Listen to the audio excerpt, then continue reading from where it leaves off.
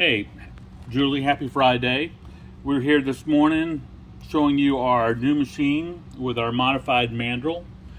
And I'm just going to show you, per your video, how you guys were stamping this by pulling out the thing. So now you only have 2 layers that you have to stamp through. Come down and stamp it. Although, if you do it with the koozie in, you got 1, 2, 3, 4 layers. If you just put it on the mandrel like this, you still just have 2 layers. And I'll have some lettering in a couple weeks. I'll show you how well this is going to stamp. And there's your center laser line, letting the operator know that it's lined up.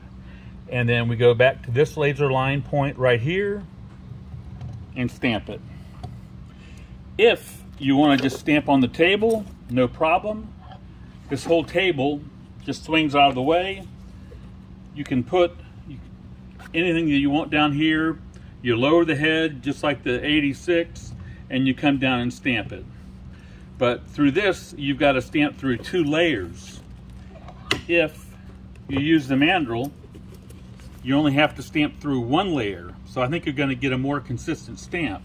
Whether it's the koozie, whether it's this backpack, whether it's this change purse, whether it's this other knapsack.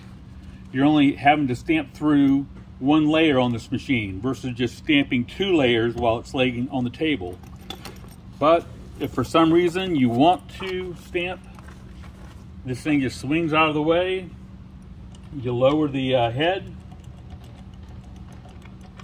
and you can stamp down on the table. So like I said, I'm going to have 4 of these machines ready by the first week of August.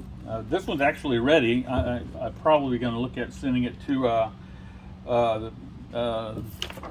my friend in Mason, Texas. So let me know what you think. I know that you were kind of poo-pooing the mandrel idea the other day, but whether you're stamping this, you got 2 layers you got to stamp through,